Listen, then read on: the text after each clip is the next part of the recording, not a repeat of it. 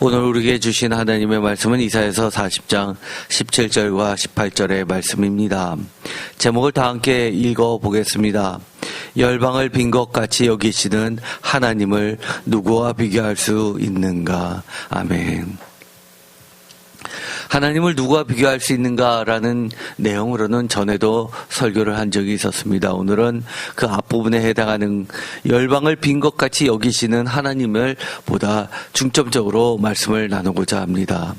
40장 17절에 보면 그의 앞에는 모든 열방이 아무것도 아니라 그는 그들을 없는 것 같이 빈 것 같이 여기시느니라 라고 되어 있습니다. 아무것도 아니다, 없는 것 같이 여기신다, 빈 것 같이 여기신다 라고 무려 3번이나 이렇게 다른 표현으로 말씀하시지만 같은 내용을 강조를 하고 있습니다. 그러면서 18절 그런즉 너희가 하나님을 누구와 같다 하겠으며 무슨 형상을 그에게 비기겠느냐라고 질문하고 계십니다. 여기서 이사야서 40장 17절에 빈 것이라는 것은 에페스인데 기본적으로 이거의 뜻은 시징입니다. 시징이 뭘까요? 시즈, 멈추다, 스탑과 약간 다른 의미지만 어쨌든 같은 의미죠. 그래서 이 아페츠를 이 end라는 단어로도 번역되기도 하고 thus라고 고처럼 해서 죽음이죠. 더 이상 생존하지 않는 것, end 끝. 그리고 less nothing, 아무것도 아닌 것. no one, 그 누구도 아무것도 아닌 것. 이런 식으로도 많이 번역이 됩니다. 그리고 죽음이나 끝이나 더 이상 무엇이 아닌 이것 외에도 시증을 멈춤이나 아니면 심지어 무가치, worthless로도 번역을 해놓은 것이 있습니다. 이사야서 34장 12절에는 이 에페스가 쓰였는데 아무것도 아무도 없다라는 뜻으로 쓰였고 이사야서 5장 8절에서는 빈틈으로 쓰여져 있습니다. 그리고 이 민수기 22장 35절에는 only, 뭐뭐만이라는 뜻으로 단지 뭐뭐만이라는 뜻으로 번역되어 있습니다. 그래서 예를 들어서 그 바락에게 하나님께서 보내실 때 내가 이르는 말만 해라라고 할 때 뭐뭐만이라는 뜻으로 쓰이게 됩니다. 그런데 우리가 한 가지 기억해야 될 것은 이처럼 열방을 빈 것처럼 여기시는 하나님이라는 의미는 과연 무엇일까라는 의미입니다. 빈 것처럼 여기시는 하나님, 예를 들어서 이사야서 28장 17절에 보면 이런 말이 있습니다. 17절 나는 정의를 측량줄로 삼고 공의를 저울줄로 삼으니 우박이 거짓의 피난처를 소탕하며 물이 그 숨는 곳에 넘칠 것인즉 너희가 사망과 더불어 세운 언약이 패하며 수월과 더불어 맺은 맹약이 서지 못하며 넘치는 재앙이 밀려올 때 너희가 그에게 밟힘을 당할 것이라. 그것이 지나갈 때마다 너희를 잡을 것이니 아침마다 지나가며 주야로 지나가리니 소식을 깨달은 것이 오직 두려움이라. 침상이 짧아서 능히 몸을 펴지 못하며 이불이 좁아서 능히 몸을 싸지 못한 같으리라 하셨느니라. 빈 것처럼 여기시는 하나님, 우리가 하나님 아닌 것을 마치 대단한 것처럼 여긴다면, 귀한 것으로 여긴다면 마치 하나님을 대체할 만한 살아있는 신처럼 붙잡고 있다면 하나님은 그것을 빈 것처럼 여기신다는 겁니다. 그래서 하나님은 그렇게 단단해 보이고 지켜줄 것 같고 버팀목이 될 것 같은 것도 거짓의 피난처를 소탕하며 라고 이야기하면서 물이 그 숨은 곳에 넘쳐나서 모든 것을 쓸어버리신다고 빈 것처럼 여기신다는 겁니다. 정의를 측량줄로 삼고 공의를 저울줄로 삼으니라고 하는 것을 보아서 정의와 공의는 어딘가 내팽겨쳐 버리고 자신의 힘과 권력을 이용해서 자신의 이익을 앞세우면서 다른 사람을 억울하게 하는 것을 모든 것들을 이야기합니다. 그래서 사망과 더불어 세운 언약을 말씀하시면서 그것을 패한다라고 이야기합니다. 심지어 맹약도 서지 못한다고 이야기합니다. 또 열방을 빈 것처럼 여기시는 하나님은 이런 말씀으로도 나타내고 계십니다. 이사야서 30장 10절 그들이 선견자들에게 이르기를 선견하지 말라, 선지자들에게 이르기를 우리에게 바른 것을 보이지 말라, 우리에게 부드러운 말을 하라, 거짓된 것을 보이라. 너희는 바른 길을 버리며 첩경에서 돌이키라. 이스라엘의 거룩하신 이를 우리 앞에서 떠나시게 하라 하는도다.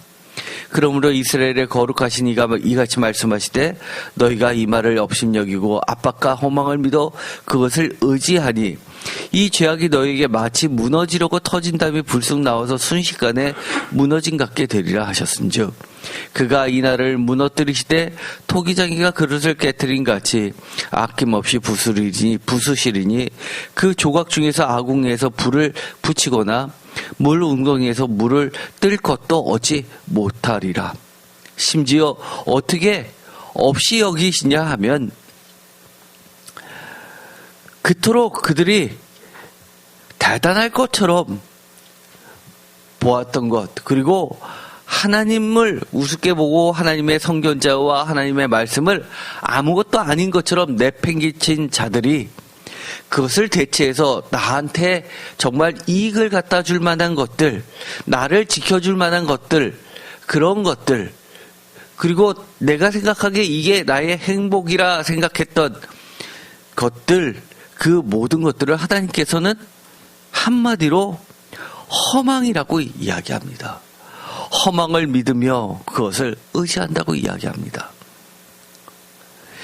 신기루처럼 없애버리시겠다고 이야기합니다. 그래서 너희에게 마치 무너지려고 터진 담이 불쑥 나와서 순식간에 무너진 같게 되리라.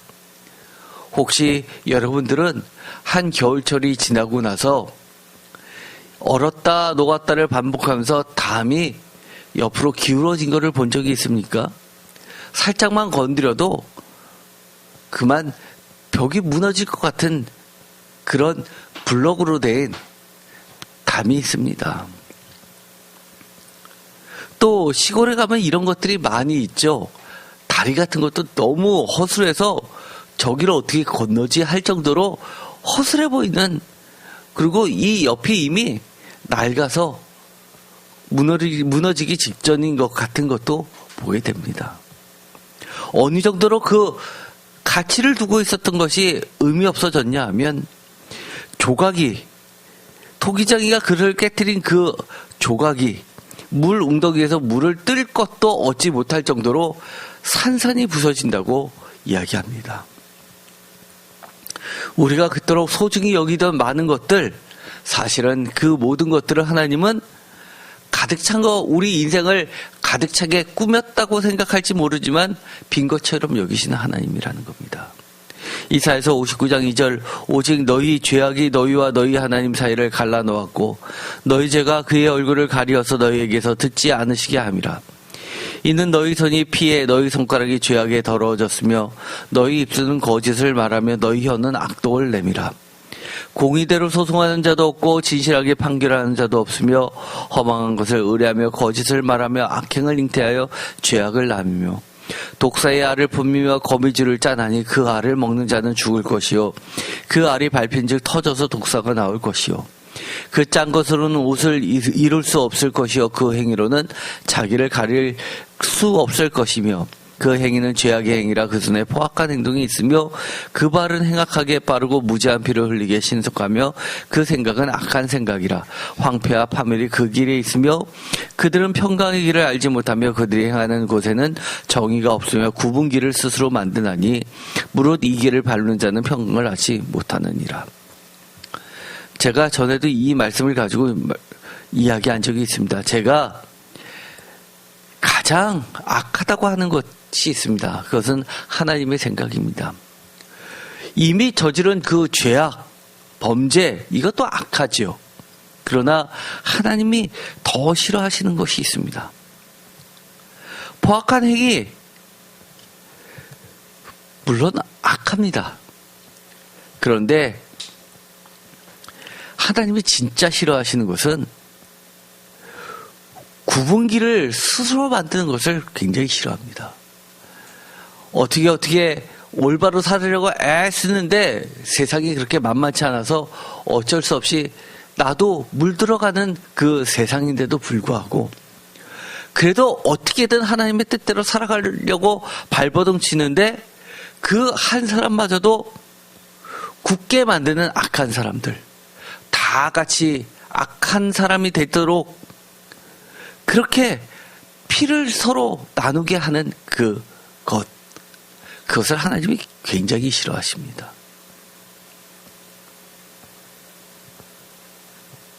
사람들과의 갈등이 없다고 평화입니까? 하나님은 그렇게 이야기하지 않습니다. 평강의 길을 알지 못하는 것이, 정의가 없는 것이, 그것이 죄악이라고 이야기합니다. 안전이 없다고 이야기합니다. 제가 과거에 설교를 우연찮게 들었는데 제가 했던 예화가 하나 있었습니다. 생각이 나더군요. 누군가가 마tin 루터 킹, 다 아시죠? 미국의 인권운동가였죠. 유명한 평화운동가였습니다. 그런데 맨날 데모를 하니까 누군가가 질문을 했습니다. 왜 평화 외치면서 그렇게 많은 사람들하고 갈등을 조장시킵니까? 그러자 그 마tin 루터 킹이 했던 유명한 말이 있습니다. 갈등이 없는 것이 평화가 아니라 정의가 사라진 것이, 그것이 문제이기 때문에 정의를 바로 세우는 것이 평화라고 이야기를 합니다. 공의가 사라졌기 때문에 공의를 바로 세우는 것이, 그것이 갈등을 화해시키는 거라고 이야기합니다. 우리가 평화의 길, 사람들과, 악한 사람들과 주고받으면서 그런저런 편안하게 사는 것, 하나님은 그것을 없는 것 같이 여기십니다. 안전한 길을 알지 못하며 공평이 없고 안전이 없다. 그들에게는 평강의 길이 있는 것 같고 정의가 있는 것 같고 평강이 있는 것 같지만 하나님은 없는 것 같이 여기신다는 겁니다. 그들도 쓸어버리십니다. 이사야서 59장 9절, 그러므로 정의가 우리에게서 멀고 공의가 우리에게 미치지 못한 즉 우리가 빛을 바라나 어둠뿐이요 밝은 것을 바라나 캄캄한 가운데 행함으로 우리가 맹인같이 담을 더듬으며 눈 없는 자같이 두루 더듬으며 낮에도 황혼때같이 넘어지니 우리는 강장한 자 중에서도 죽은 자 같은지라. 우리가 곰같이 부르짖으며 비둘기같이 슬피 울며 정의를 바라나 없고 구원을 바라나 우리에게서 멀도다. 우리가 빛을 바라나 빛이 있는 것 같지만 어둠뿐이라고 이야기합니다. 밝은 것을 바라다 캄캄한 가운데 걸어간다고 이야기합니다. 낮인데도 밤과 같고 마치 맹인같이 담을 더듬으며 눈 없는 자같이 두루 더듬는다고 이야기합니다. 심지어 죽은 자 같다고 이야기합니다. 우리는 영적인 눈을 뜨고 진짜 하나님께서 없는 것 같이 여기시는 것과 또 없는 것 같지만 살아있는 것을 구분해야 합니다. 이사야서 59장 15절, 성실이 없어짐으로 악을 떠나는 자가 탈취를 당하노다. 여호와께서 이를 살피시고 그 정의가 없는 걸 기뻐하지 아니하시고. 저는 이 15절을 읽을 때마다 마음이 참 아픕니다. 악을 떠나는 자가 탈취를 당하면 어떡합니까? 그런데 세상은 그렇게 되죠. 성실이 없어졌기 때문입니다. 여호와께서 이를 살피시고 그 정의가 없는 것을 기뻐하지 아니하시고 사람이 없음을 보시며 중재자가 없음을 이상히 여기셨으므로 자기 팔로 스스로 구원을 베푸시며 자기의 공의를 스스로 의지하사 고기를 갑옷으로 삼으시고 구원을 자기의 머리에 써서 투구로 삼으시며 보복을 속옷으로 삼으시며 열심을 입어 겉옷으로 삼으시고 그들의 행위대로 갚으시되 그 원수에게 분노하시며 그 원수들에게 보호하시며 섬들에게 보복하실 것이다. 이렇게 계속 보면 사실 우리가 이런 것들은 너무 추상적인 것 같아서 너무나 우리하고 관계 없어 보입니다. 그런데 그만큼 우리가 정의와 공의에 대해서 관심이 없기 때문 아닐까 생각해 볼 필요가 있습니다. 나만 아니면 나만 관계없으면 상관없다라고 하는 그것은 공의와 대척점에 놓이게 됩니다. 나하고는 직접적으로 관련이 없어도 혹시 이 땅에 억울한 사람이 있나 없나, 하나님이 싫어하시는 것은 있나 없나, 우리는 살펴보아야 합니다. 이사야서 13장 11절에 강포한 자, 이런 것들 대표적인 거죠. 이사야서 14장 4절에는 바벨론 왕, 이것을 그처럼 단단한 것 같지만 하나님께서 없이 여기신다는 겁니다. 그러면서 이사야서 29장 20절에는 소멸되고 다 끊어졌다라고 하나님이 선언하십니다. 반면에 열방을 빈 것 같이 여기신다, 그 말은 무엇과 같을까요? 이것은 굉장히 중요한 말입니다. 항상 우리가 성경을 읽을 때 거꾸로 읽는 것에 좀 익숙해질 필요가 있다고 그랬습니다. 왜냐하면 그래야지만 하나님의 본심들이 드러납니다. 열방을 빈 것처럼 여기시는 하나님은 다른 말로 이야기하면 하나님이 기뻐하시는 것으로 가득 채우시는 하나님이라는 뜻입니다. 성경에 보면 가장 대표적인 게 무엇일까요? 하나님이 기뻐하시는 것으로 가득 채우시는 하나님의 가장 대표적인 것은 좋았더라라고 검색해보면 7번이 나옵니다. 창세기에. 그게 바로 천지창조 이야기입니다. 첫째 날이 마치고 하나님께서 1장 4절에 하나님이 보시기에 좋았더라. 1장 10절에도 하나님이 보시기에 좋았더라. 12절, 18절, 21절, 25절, 31절에 하나님이 지으신 그 모든 것을 보시니 보시기에 심히 좋았더라라고 하면서 이 7째 날에 해당하는 모든 것들, 매 하루가 끝나면서 좋았더라 좋았더라 그러면서 맨 마지막에는 심히 좋았더라라고 강조해 주십니다. 즉 하나님은 이 세상을 창조하시면서 사실은 하나님이 기뻐하시는 것으로 가득 채우려고 가득 채우시면서 신나하셨습니다. 그러니 하나님과 대척점에 놓여져 있는 것들로, 하나님이 싫어하시는 걸로 채워지는 것을 보면 얼마나 속이 상하겠습니까?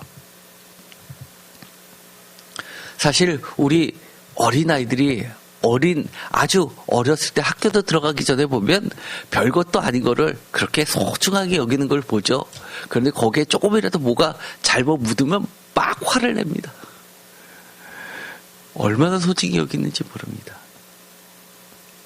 심지어 아이들도 그러는데 하나님은 얼마나 속상하시겠습니까? 이사야서 57장 14절에 보면 이렇게 하나님이 기뻐하시는 것으로 채우십니다. 그가 말하기를 도두어로 길을 수축하여 내 백성의 길에서 거치는 것을 제하여 버리라 하리라. 내 백성의 거치는 것들, 그런 것들 굉장히 싫어하십니다. 우리가 기도를 하는 건 뭡니까? 사실 우리가 기도하면 우리 앞에 놓여있는 여러 가지 걸림돌들, 얼마나 속상한 것들이 많이 있나요? 그런 거 갖고 기도해도 되냐요? 라고 물어본다면 저는 당연히 기도해도 해야지요 라고 얘기합니다. 하나님은 도두어 길을 수축하면서 내 백성의 길에서 거치는 것을 제하여 버리시는 것을 기뻐하십니다. 15절 지극히 존귀하며 영원히 거하시며 거룩하다 이름하는 이가 이와 같이 말씀하시되 내가 높고 거룩한 곳에 있으며 또한 통회하고 마음이 겸손한 자와 함께 있나니 이는 겸손한 자의 영을 소생시키며 통회하는 자의 마음을 소생시키려 함이라. 하나님은 이처럼 무엇으로 가득 채우기를 원하십니까? 통회하는 마음, 겸손한 자의 영, 통회하는 자의 마음을 하나님의 것으로 이 땅을 가득 채우기를 원하십니다. 이사야서 63장 8절 그가 말씀하시되 그들은 실로 나의 백성이여 거짓을 행하지 아니하는 자녀라 하시고 그들의 구원자가 되사 그들의 모든 환난에 동참하사 자기 앞에 사자로 하여금 그들을 구원하시며 그의 사랑과 그의 자비로 그들을 구원하시고 옛적 모든 날에 그들을 드시며 안으셨으니. 저는 이 구절을 읽을 때마다 감동입니다.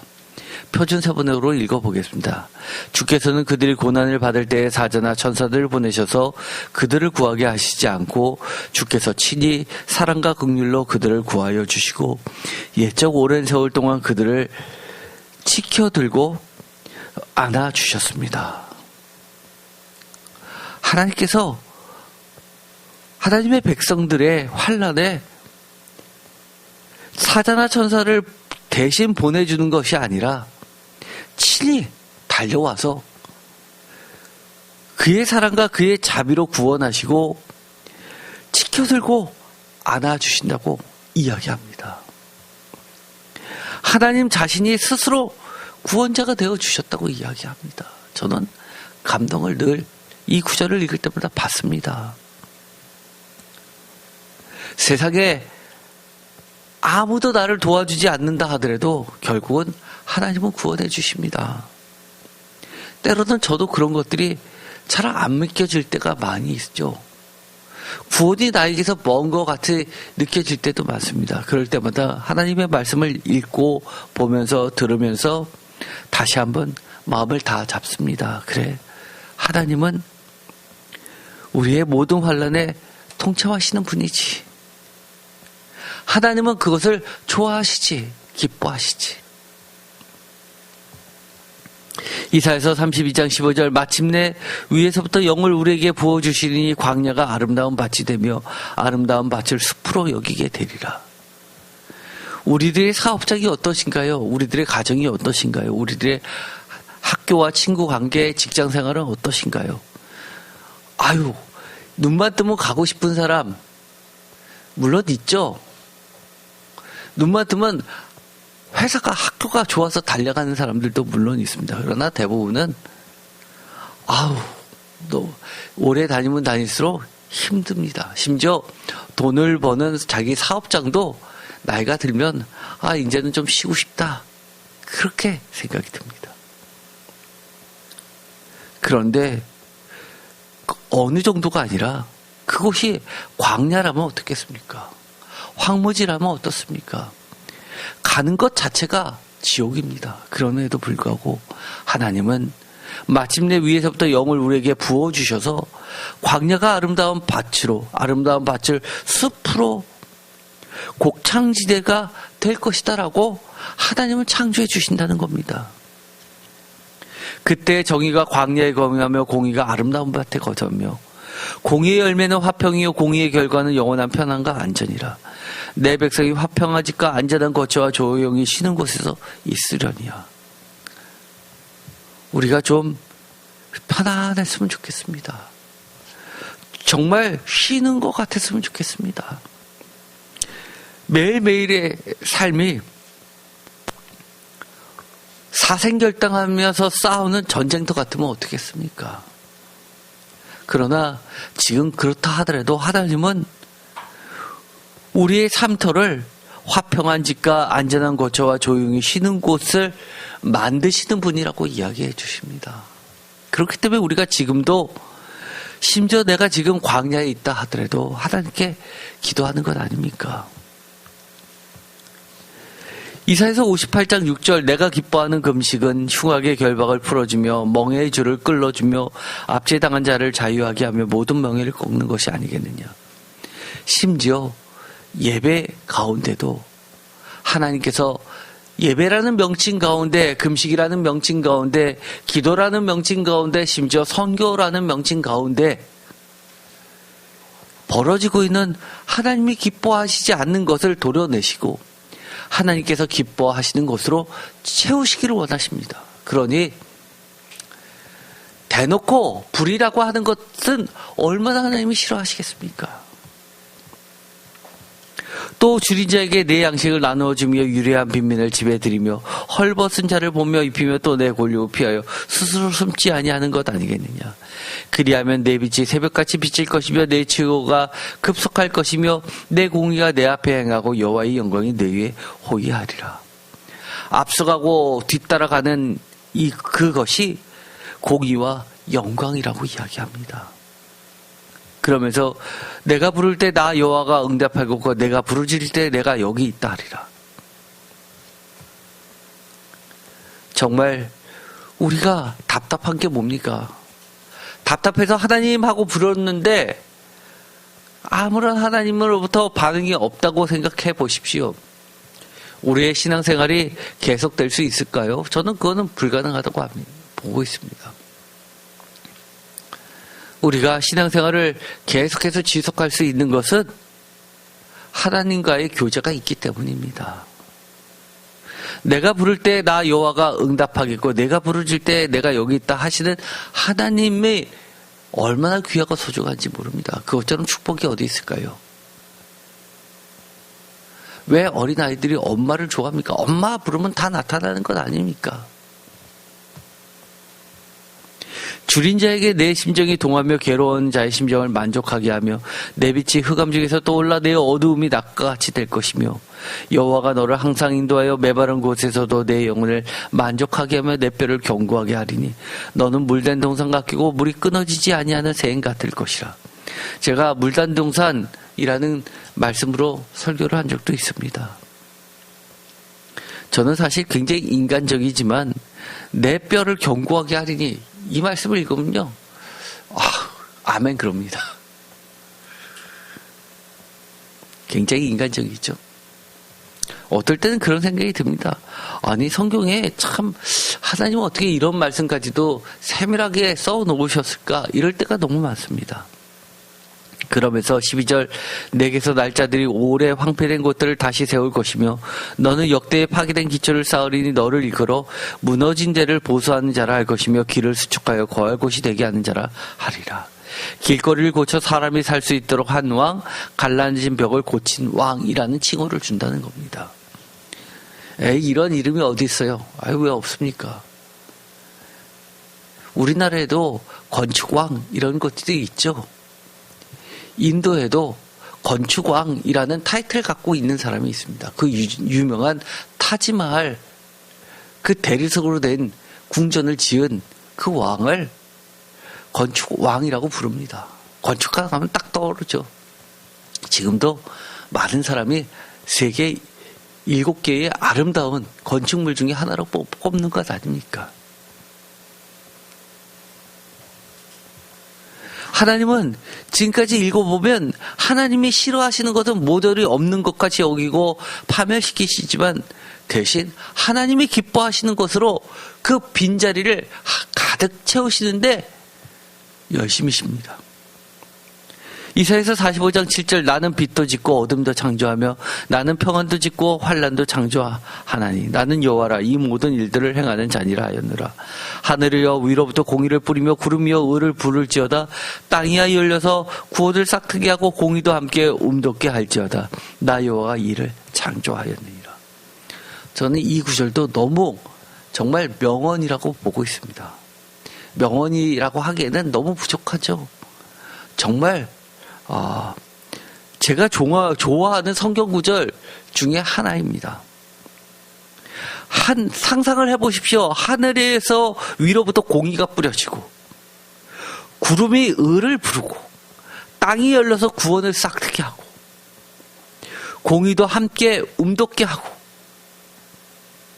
상상만 해도 가슴이 벅차지 않습니까?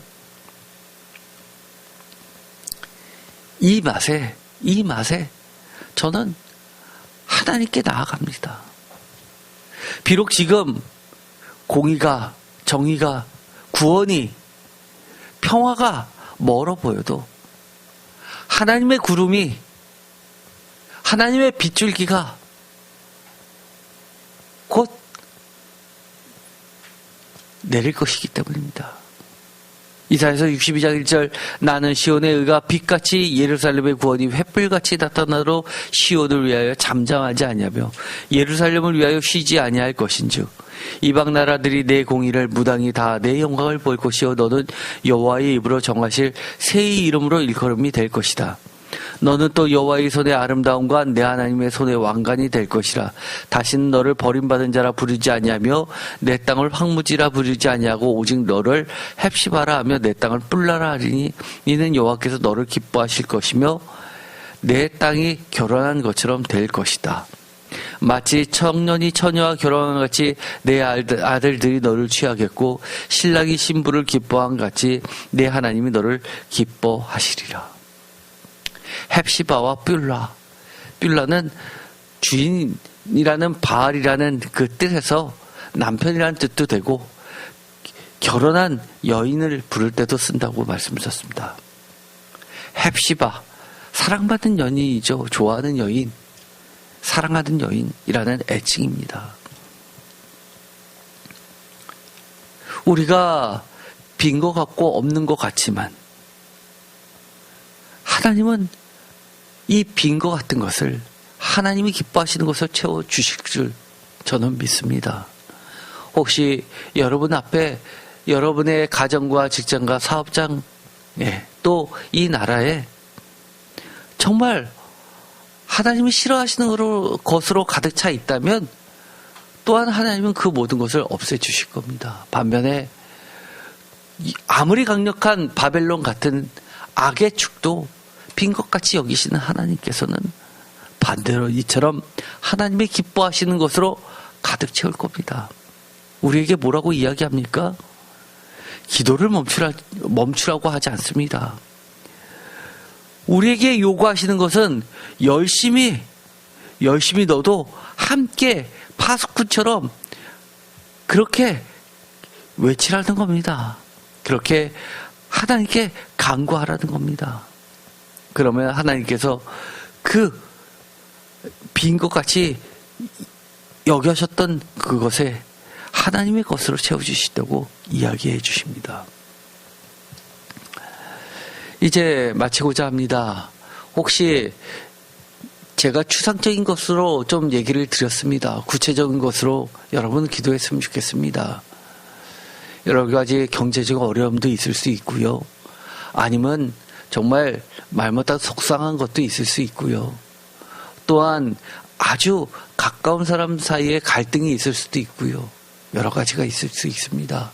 또 인생의 마지막 때를 준비해야 되는데 요즘은 사실은 수명이 길어졌기 때문에 사실 60만 해도 젊은 거죠. 요즘은 사회에서 그 다음 단계로 넘어가야 될 것을 준비해야 되는 50대, 60대, 심지어 70대라 하더라도 남아있는 이 인생의 불안함을 하나님이 기뻐하시는 것으로 가득 차게 해달라고 구체적으로 좀 기도를 해보는 시간이 되었으면 좋겠습니다. 기도하고 마치겠습니다. 하나님 감사합니다. 우리 눈에 보이기에는 아주 편안한 것 같지만 하나님께 싫어하시는 것은 열방을 없는 것 같이 여기신다고 하셨습니다. 그런 거짓된 것, 헛된 것에 조금이라도 마음 쓰지 않게 해 주옵소서. 반면에 우리가 그토록 원하는 하나님의 정의와 공의와 평화와 구원, 안전이 없는 것 같지만 포기하지 않게 하시고 하나님의 공의와 구원이, 정의가, 평화가 빗줄기처럼 내려오고 또 우리의 영을 소생시켜 주시는 하나님의 기운이 가득 찰 것을 기대하면서 우리가 힘써 기도할 수 있게 하여 주옵소서. 우리가 할 수 있는 것은 하나님께 간구하고 하나님이 나타나시기를 간절히 소망하는 겁니다. 없는 것 같지만 우리와 함께 계시고 함께 고통을 겪으시면서 이 환난에 동참하시는 하나님을 바라볼 수 있게 하여 주옵소서. 예수 그리스도의 이름으로 기도드립니다.